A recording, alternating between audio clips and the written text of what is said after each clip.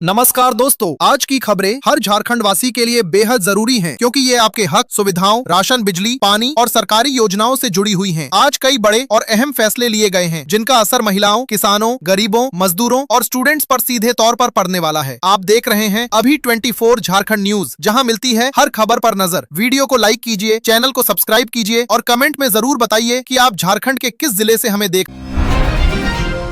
झारखंड सरकार मनिया सम्मान योजना से जुड़ी महिलाओं को आत्मनिर्भर बनाने की दिशा में एक और कदम उठाने की तैयारी में है। सरकार की योजना है कि इस योजना के करीब 50 लाख लाभार्थियों को बैंकों के जरिए स्वरोजगार के लिए 20,000 रुपए का ऋण दिया जाए। वित्त मंत्री राधाकृष्ण किशोर ने इसके लिए बैंकों से सहयोग मांगा है। प्रस्ताव यह है कि महिलाओं को मिलने वाली मासिक सम्मान राशि से ही धीरे धीरे इस ऋण की अदायगी की जाएगी। सरकार का मानना है कि इससे महिलाएं खुद का छोटा व्यवसाय शुरू कर सकेंगी और आर्थिक रूप से मजबूत बनेंगी।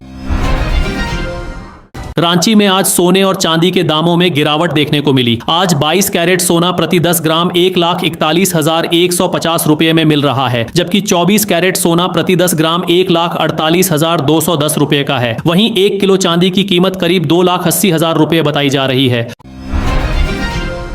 केंद्रीय वाणिज्य मंत्री पीयूष गोयल ने शनिवार को प्रेस कॉन्फ्रेंस में अमेरिका के साथ हुई ट्रेड डील को लेकर भारत के फ्रेमवर्क की तारीफ की। उन्होंने कहा कि इस डील से भारतीय निर्यातकों को करीब 30 ट्रिलियन अमेरिकी डॉलर के बाजार तक पहुंच आसान होगी। मंत्री ने बताया कि कई उत्पादों पर अमेरिका ने 0% टैरिफ लगाया है। उन्होंने साफ किया कि भारत ने किसानों के हितों से समझौता नहीं किया है और किसी भी एग्रीकल्चर या डेयरी प्रोडक्ट पर अमेरिका को छूट नहीं दी गई है।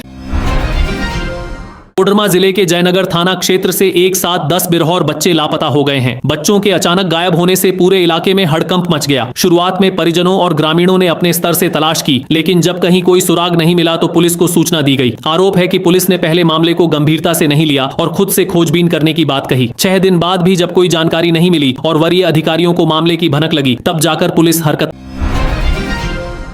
निकाय चुनाव को लेकर शनिवार को चुनाव चिन्हों का आवंटन किया जाएगा, लेकिन अब किसी भी उम्मीदवार को कैंची छाप नहीं मिलेगा। राज्य निर्वाचन आयोग ने इस संबंध में सभी जिलों के डीसी को पत्र जारी कर दिया है। पहले जारी की गई सूची में कैंची छाप को शामिल किया गया था, जिसका विधायक जयराम महतो की पार्टी ने विरोध किया था। दरअसल झारखंड की मान्यता प्राप्त पार्टी जेएलकेएम को अगस्त 2024 में ही कैंची छाप चुनाव चिन्ह के रूप में मिला था। इसके बावजूद गैर दलीय निकाय चुनाव में इसे शामिल करने पर सवाल उठे थे। जयराम महतो का कहना था कि इससे किसी को गलत फायदा हो सकता है, इसलिए कैंची छाप को हटाया जाना जरूरी है। अब आयोग ने इसे सूची से हटा दिया।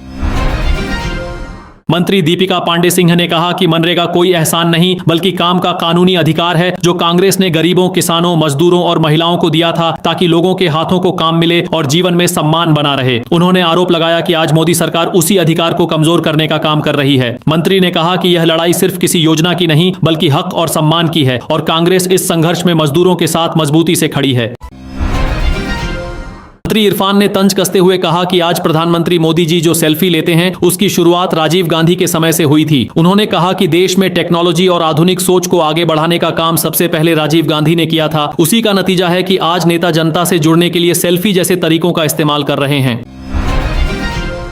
आदित्य साहू ने मुख्यमंत्री हेमंत सोरेन पर आरोप लगाते हुए कहा कि सरकार एक तरफ निवेश लाने की बात करती है और दूसरी तरफ व्यापारियों को डराने का काम करती है। उनका कहना था कि जब माहौल ही भरोसे का नहीं होगा तो कोई निवेशक राज्य में क्यों आएगा। उन्होंने सरकार से नीति और व्यवहार में स्पष्टता लाने की मांग की।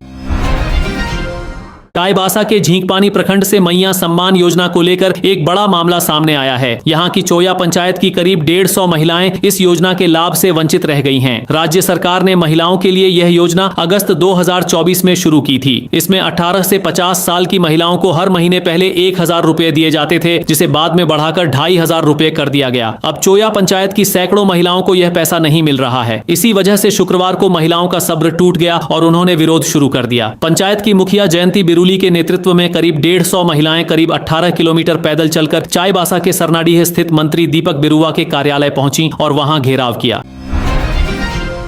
रातू प्रखंड के तिगरा में कृषि महाकुंभ का आगाज हुआ। जिला स्तरीय कृषि मेला सह प्रदर्शनी और कार्यशाला का उद्घाटन कृषि, पशुपालन और सहकारिता मंत्री शिल्पी नेहा तिर्की ने किया। मंत्री ने अलग अलग स्टॉलों का निरीक्षण किया और किसानों के बीच ट्रैक्टर, आइस बॉक्स के साथ बाइक, किसान क्रेडिट कार्ड, संरक्षित फूलों की खेती से जुड़ी सामग्री, गाय और मिलेट मिशन से जुड़े लाभ बांटे। बड़ी संख्या में किसान और स्वयं सहायता समूह से जुड़े लोग इस आयोजन में शामिल हुए।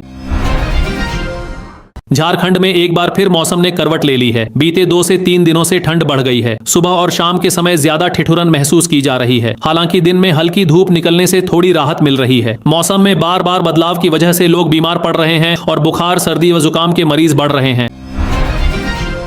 मोर्चा के महासचिव विनोद कुमार पांडेय ने भाजपा के प्रदेश अध्यक्ष आदित्य साहू के आरोपों पर पलटवार किया है। उन्होंने कहा कि आज झारखंडियों को रोजगार देने की बात भाजपा को धमकी जैसी लगने लगी है। इससे भाजपा की जन विरोधी और युवा विरोधी सोच सामने आती है। उन्होंने कहा कि भाजपा को न राज्य के युवाओं की चिंता है और न ही स्थानीय लोगों के भविष्य की। राज्य सरकार की मुख्यमंत्री गंभीर बीमारी उपचार योजना के तहत गंभीर बीमारियों से जूझ रहे जरूरतमंद मरीजों को राहत दी गई है। झारखंड स्टेट आरोग्य सोसाइटी की बैठक में 24 मामलों पर विचार किया गया, जिसमें से 21 मरीजों को इलाज के लिए सहायता राशि मंजूर की। बीजेपी नेता संजय सेठ ने कहा है कि यह बजट करोड़ों युवाओं को रोजगार देने वाला है। उन्होंने बताया कि ग्रामीण महिलाओं के लिए सीमार्ट जैसी योजनाएं लाई गई हैं, जिससे महिलाएं आत्मनिर्भर बनेंगी। उनका कहना है कि इससे देश की बेटियां और मजबूत होंगी। कामकाजी महिलाओं के लिए वर्किंग हॉस्टल बनाए जाएंगे और हर जिले में गर्ल्स हॉस्टल की सुविधा होगी, ताकि महिलाएं आर्थिक रूप से सशक्त हो सकें।